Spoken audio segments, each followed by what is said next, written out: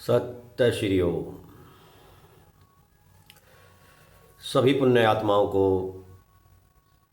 दास का नमस्कार। हे पुण्य आत्माओं, आज के सत्संग संवाद में हम विभिन्न प्रकार की उन नारियों के बारे में वर्णन करेंगे, चर्चा करेंगे जो विश्व पटल पर पाई जाती हैं। ये नारियां अपने गुण, अपने स्वभाव, अपने चरित्र, अपने व्यवहार आदि के आधार पर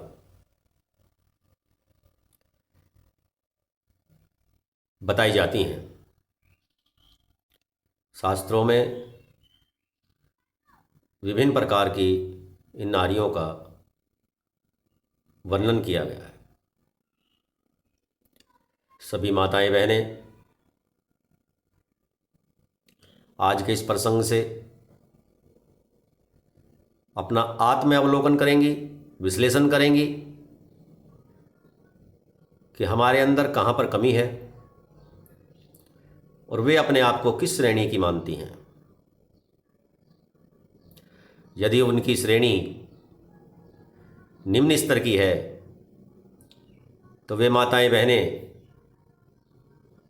वे ब्रह्म शक्तियाँ अपना सुधार करें और अपने परिवार के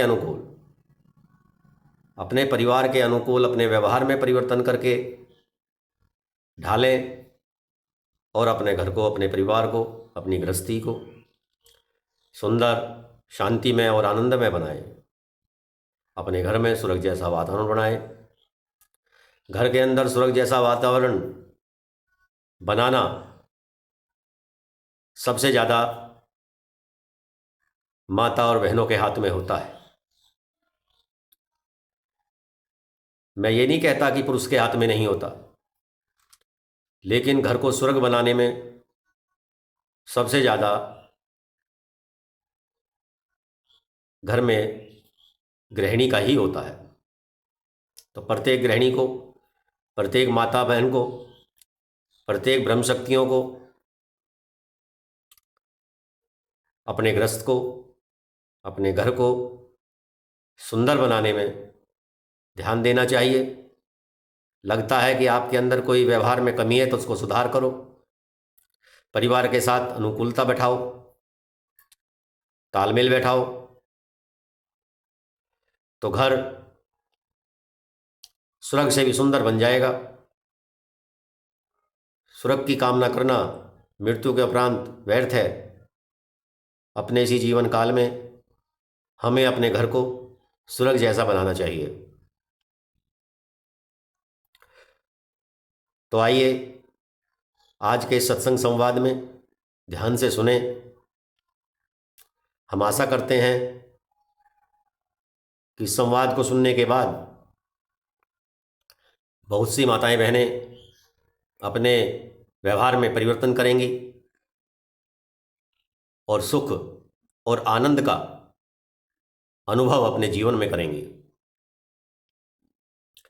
एक बार की बात है, भगवान बुद्ध अनाथ पिंडक के यहाँ उनके अतिथि सत्कार में थे। भगवान बुद्ध वैसे तो गृहस्थियों के यहाँ निवास नहीं करते थे, लेकिन गांव से बाहर अपना डेरा वो लगा लेते शिष्यों के साथ। लेकिन जब दोपहर को भगवान बुद्ध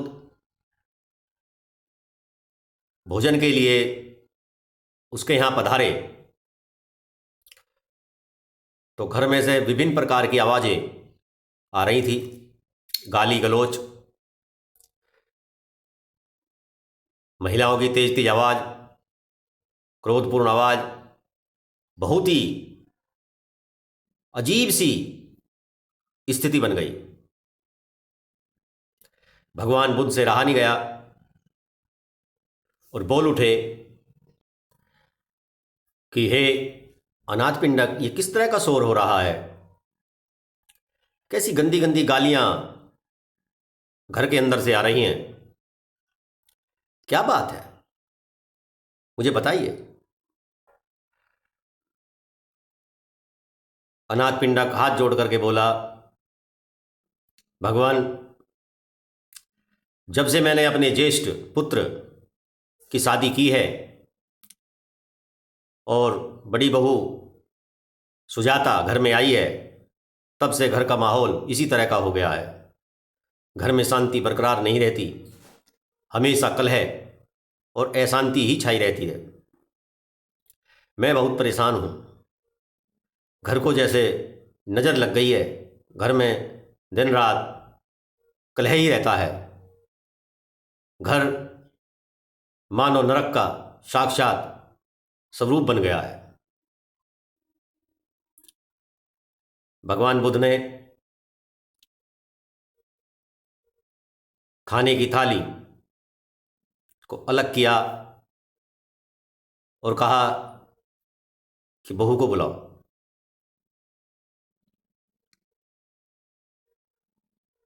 बहू को बुलाया गया। भगवान बुद्ध बोले कि हे पुत्री, आप कौन सी गृहिणी हैं? बधिक समा है, चोर समा है, आर्य समा है, भगनी समा है, सखी समा है या मात्र समा है? आप किस प्रकार की गृहिणी है?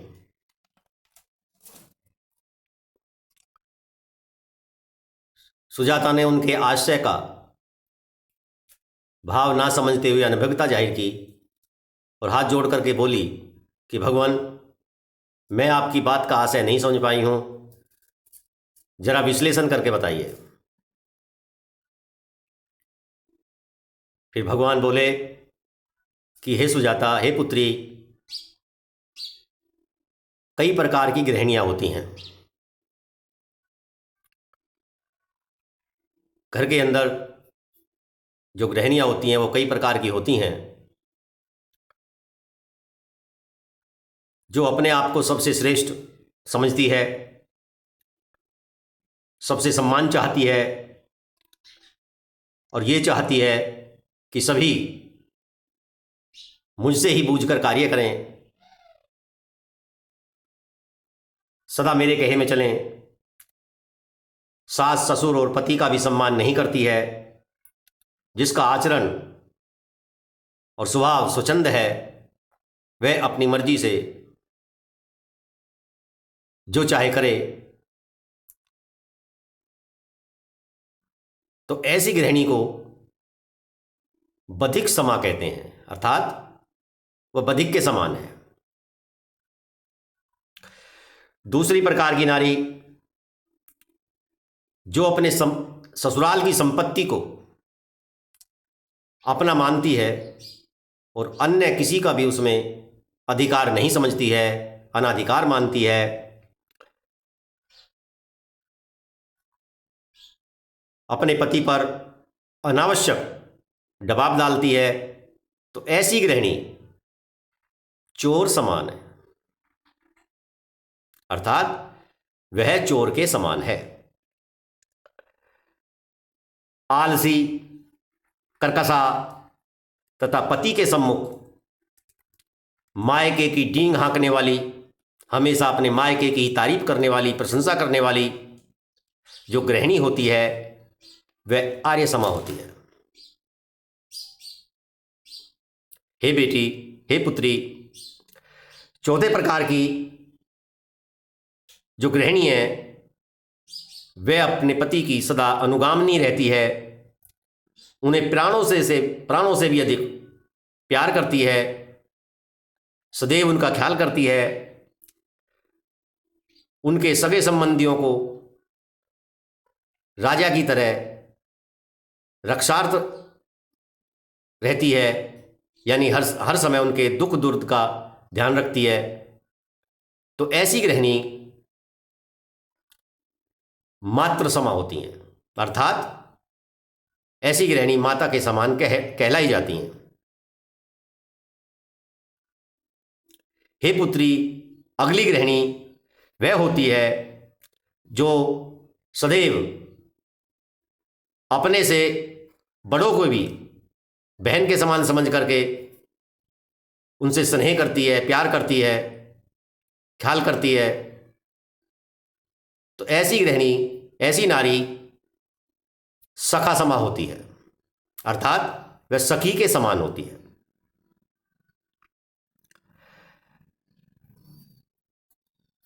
इस प्रकार हे पुत्री,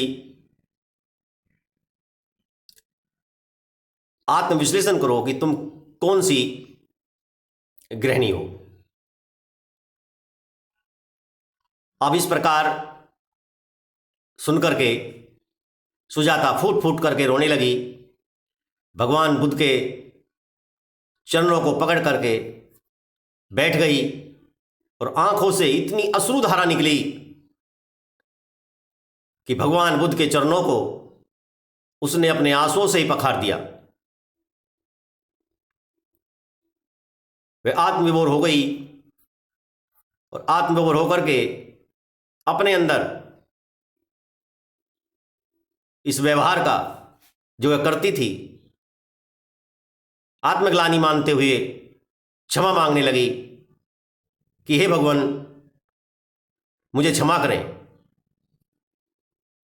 और फिर उसके बाद उसने अपने व्यवहार में परिवर्तन करके उस घर को स्वर्ग बना दिया।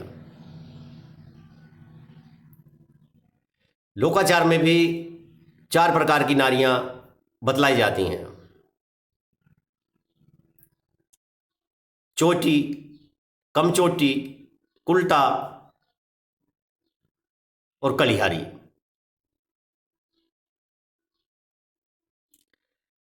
पहली नारी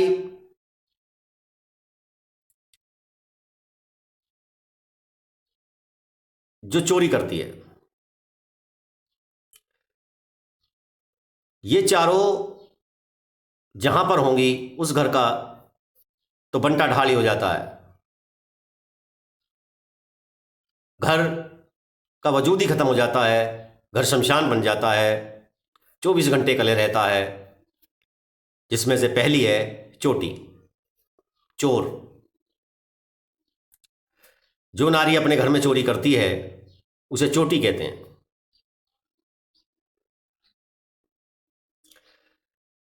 तो उस घर में कभी भी शांति नहीं आ सकती जहां इस तरह की नारी होगी जो उधर से पैसे चुराए, उधर से पैसे चुराए और उनको बर्बाद कर लिया या इकट्ठा कर लिया। तो उस घर में हमेशा हमेशा कलह रहता है। दूसरे प्रकार की होती है कामचोटी, काम ना करने वाले। ऐसा नहीं कि उससे काम हो नहीं सकता, ऐसा नहीं कि उसके कोई अस्वस्थता है, बीमार है, लेकिन उसे काम करना ही नहीं है। हर काम में जी चुराना, हर काम को मना करना, हर काम से बचना। तो इस प्रकार की नारी भी कामचोटी कहलाती है। और जो कामचोर जिस घर में होगी उस घर का कभी भी कलह समाप्त नहीं होगा। तीसरे प्रकार की होती है चरित्रहीन, उल्टा, जिसका चरित्र खराब है।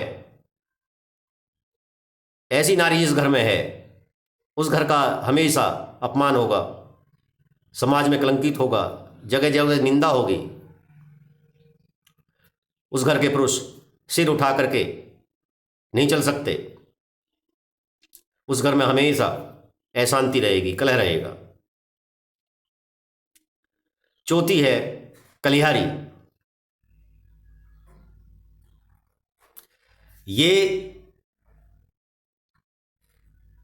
सबसे ज्यादा खतरनाक है। वह काम भी करेगी, वह चोरी भी नहीं करेगी, वह चरित्रहीन भी नहीं है, लेकिन कलिहारी है। उसे कलह करने का कुछ ना कुछ बहाना चाहिए, अवसर चाहिए, कोई मुद्दा चाहिए। उसे हर समय कलह ही करना है, हर समय आंखों से अश्रु बहाना, इस प्रकार की नौटंकी कि वह बहुत दुखी है, बड़ी परेशान है, किसी ने छींक दिया तो कल है, किसी ने हंस दिया तो कल है, किसी ने बोल दिया तो कल है, किसी ने खा लिया तो कल है, किसी ने पी लिया तो कल है।